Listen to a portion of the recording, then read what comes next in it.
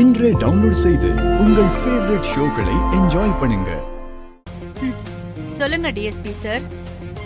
முதல் கேஸ்லயே பிரஸ் மீடியான்னு ரொம்ப ஃபேமஸ் ஆயிட்டீங்க.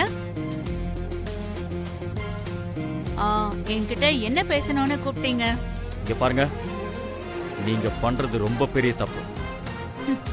நானா?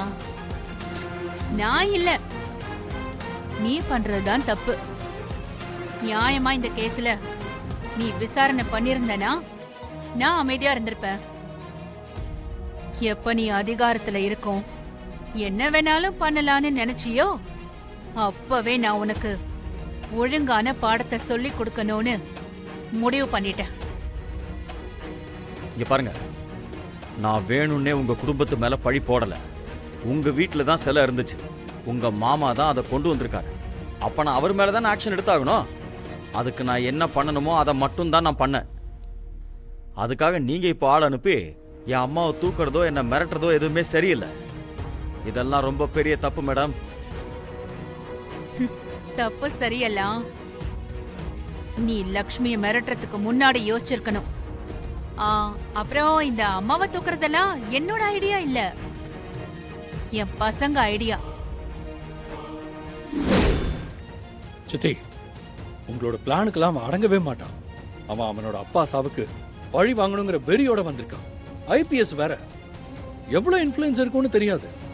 அவன் ஏதாவது பண்ணி அப்பாவை கஸ்டடியில் எடுத்துட்டா அப்புறம் அவன் கையில நாம மாட்ட மாதிரி ஆயிடும். இப்ப மாட்டினது லக்ஷ்மிங்கிறதால ஒரு லேடியை டீல் பண்ண கொஞ்சம் யோசிக்கிறான்னு நினைக்கிறேன்.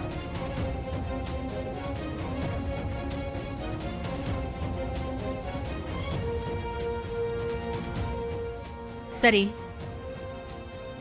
இப்போ நீங்க என்ன பண்ணலான்னு இருக்கீங்க? அவன் நம்மள பர்சனலா டீல் பண்ற மாதிரி நாமளும் அவனை பர்சனலா இறங்கி டீல் பண்ணுவோம்.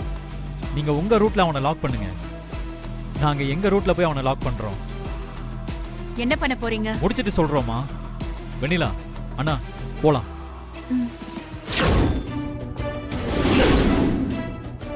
அப்போ நீங்க சிலையை திருடுவீங்க, அதை வீட்லயே வச்சு பூஜை பண்ணுவீங்க. அதை நாங்க வந்து எதிர்த்து கேட்டா நியூஸ்ல என்ன பத்தியே தப்பா பேசுவீங்க. ஆள் வச்சு ஏன் அம்மாவையே தூக்குவீங்க. இதுதான் உங்க நேர்மையா? நேர்மையான ஆளுங்க கிட்ட நான் என்னைக்கும் நேர்மை தவறுனதே இல்ல. உன்ன மாதிரி ஆளுங்க கிட்ட நான் நேர்மை பாக்குறது இல்ல. இப்ப கூட இந்த போராட்டம் நீ லக்ஷ்மிய வெளியே விடணுங்கிறதுக்கான போராட்டம் தானே ஒழிய சிலை எப்படி எங்க வீட்டுக்கு வந்துச்சுன்னு நீ விசாரணை பண்ணக்கூடாதுங்கிறதுக்காக இல்ல.